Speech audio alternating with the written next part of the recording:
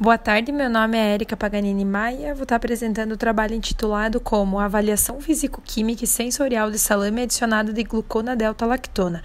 Esse trabalho foi realizado pela Cláudia, por mim, pela Darlene, pela Elisandra e pela Georgia. O salame tipo italiano é um produto carne industrializado elaborado de carnes suínas ou suínas e bovinas, adicionado de toucinho e ingredientes. Ele leva 2 etapas de produção, que seria a fermentação e a maturação. Ele vai apresentar um sabor picante e forte, e o que pode estar auxiliando no tempo do seu processo seria a adição, então, de glucona delta-lactona, que vai estar ajudando na estabilização, acelerando a queda do pH e reduzindo, então, o seu tempo de fabricação. Aqui na tabela 1, a gente apresenta a formulação do salame tipo italiano. A gente fez formulações F1 e F2, que a única diferença é que a F2 houve a adição de glucona delta-lactona. Foram feitas análises centesimais, então proteína, gordura e cinzas no dia 0. No dia 0, 3, 6, 9, 12 e 15, as análises físico-químicas. No dia 15, as análises microbiológicas. E também no dia 15, a análise sensorial. Na figura 1, a gente apresenta a variação da umidade relativa e da temperatura da sala de cura de salames durante a maturação.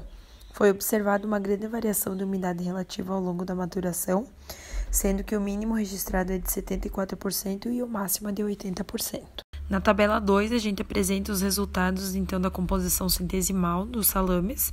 Não houve diferença significativa para proteínas e cinzas das formulações F1 e F2.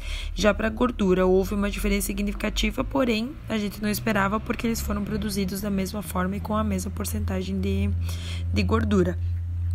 Mas todos os resultados estão dentro dos padrões exigidos. Aqui, então, dá início à tabela 3, os resultados de umidade. Então, a gente observou que houve uma queda da umidade nas 2 formulações, porém, a F2 ela teve um maior decréscimo e um decréscimo mais rápido em todo o processo. Para a atividade de água, então, as amostras com GDL, elas tiveram, então, um valor menor do que as amostras sem GDL. Mas, no 15º dia de maturação, elas ficaram entre 0,89 e 0,85 para F1 e F2, respectivamente, que estão dentro dos padrões exigidos. Sobre o pH, o que pode ter justificado, então, os valores do decréscimo do pH é o comportamento apresentado pela umidade e pela atividade de água, porque a capacidade de retenção de água das proteínas da carne é diminuída quando o pH se aproxima do seu ponto isoelétrico.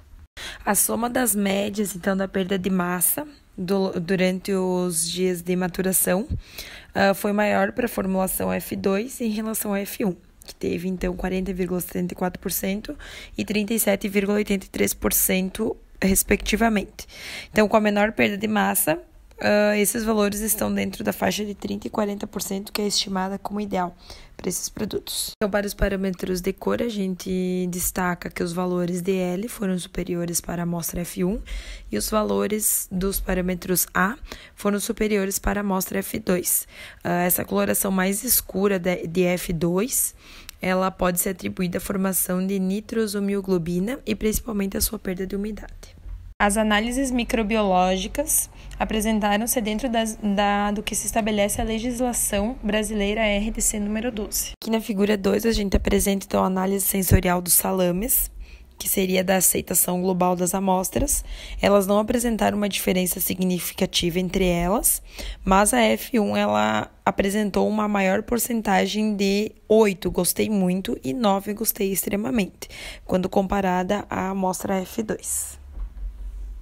Na figura 3, a gente apresenta a relação de intenção de compra, então, das amostras.